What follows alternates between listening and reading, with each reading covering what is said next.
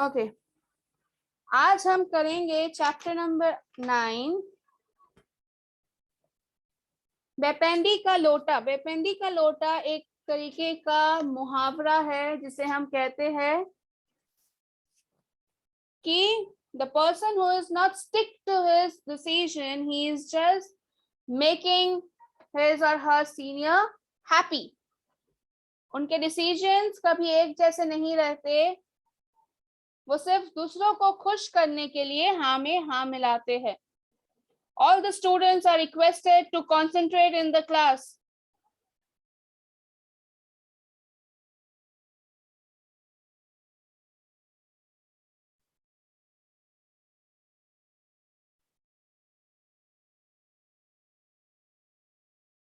आपने मिर्जापुर का बना गोल पेंदी का लोटा देखा है? वह तनिक सा हिलाते ही चाहे जिधर लुढ़क जाया करता है। जिन लोगों का कोई सिद्धांत नहीं होता, वे पल पल बात बदलते रहते हैं। आज एक बात, कल दूसरी बात। ऐसे लोगों को बेपेंदी का लोटा कहा जाता है। इसी पर एक कथा प्रचलित है। तो लेखक कहते हैं कि क्या हमने Mirzapur is a name of a place. Mirzapur is a name of a place. लेखक कहते हैं क्या हमने मिर्जापुर का लोटा देखा है, जिसे अगर हम जरा सा भी हिला दे, if we touch a little bit also, वो कभी इस तरफ चला जाता है तो कभी इस तरफ लुढ़क जाता है।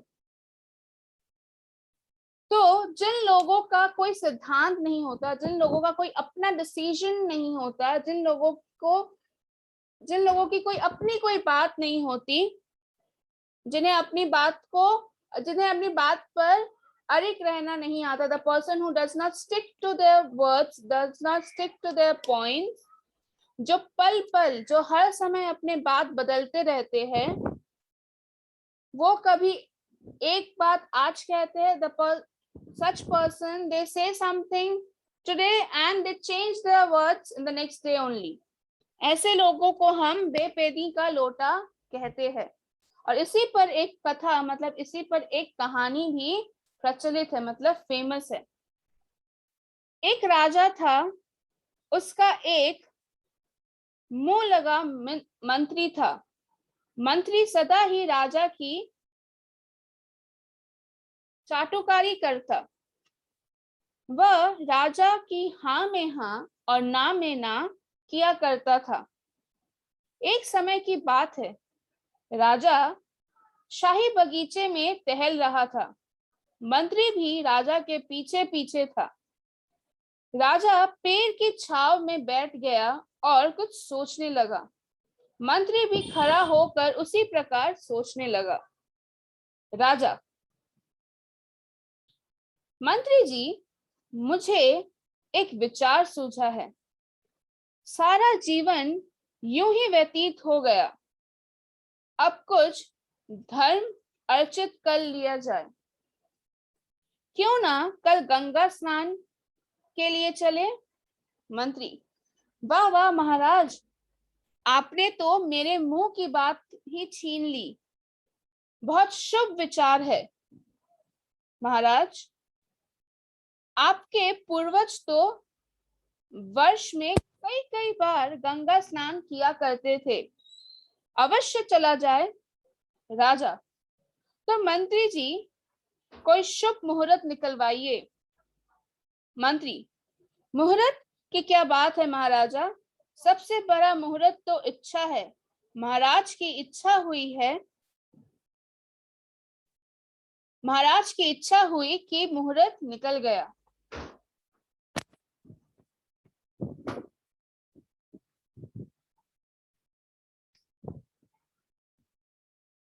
तो यहाँ पे एक कहानी के बारे में बताया गया है, जहाँ पे एक राजा था, there was a king, and उसका एक मुंह लगा मंत्री हम किसे कहते थे? Minister who is always after the king, जो राजा का पीछा ना छोड़ते हो। इसीलिए उसे मुंह लगा मंत्री कहा गया है।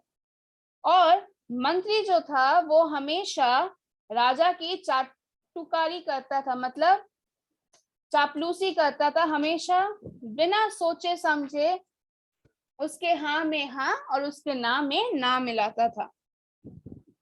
तो देयर वाज अ टाइम, एक समय की बात है कि राजा अपने शाही बगीचे में टहल रहे थे। शाही बगीचा राजमहल में, मतलब महलों में जो बगीचा होता है हम उसे शाही बगीचा कहते हैं। राजा अपने बगीचे में घूम रहे थे और उसके पीछे पीछे उनका मंत्री भी घूम रहा था। और राजा एक पेड़ के छाव के नीचे जाके बैठ गया और कुछ सोचने लगा। और मंत्री उसी के पास में खड़े होकर उसे देखते हुए वो भी कुछ सोचने लगा। तभी राजा बोल उठते हैं कि मंत्री जी, मुझे एक विचार आया है, मुझे एक सुझाव आया है कि मैंने तो अपना सारा जीवन यूं ही काट लिया। व्यतीत करने का मतलब होता है स्पेंड करना, मतलब काट लेना, अपने जीवन को यूं ही काट लिया। अब कुछ धर्म अर्जित किया जाए, मतलब अब कुछ धर्म के काम किए जाए, मतलब भगवान के प्रति समर्पण का काम कुछ किया जाए। क्यों न कल गंगा स्नान करके आते हैं। तो राजा मंत्री को बोलते हैं क्यों न कल जाके गंगा में स्नान करके आते हैं। मंत्री कहते हैं वाह वाह महाराज, आपने तो मेरी मुंह की बात छीन ली, मैं भी यही कहने वाला था और आप ही ने कह दिया। बहुत ही अच्छा विचार है, बहुत ही शुभ विचार है। आपके पूर्वज, पूर्वज का मतलब होता है एंशिएंट, योर फोरफादर्स। तो मंत्री कहते हैं कि आपके जो फोरफादर्स थे वो तो वर्ष में कितने बार जाके गंगा स्नान किया करते थे, अवश्य चलेंगे। तो राजा कहते हैं ठीक है मंत्री, तो तुम कोई शुभ दिन निकालो। शुभ मुहूर्त का मतलब होता है शुभ समय और शुभ दिन निकालना। मंत्री, मुहूर्त की क्या बात है महाराज, मुहूर्त क्यों निकालना।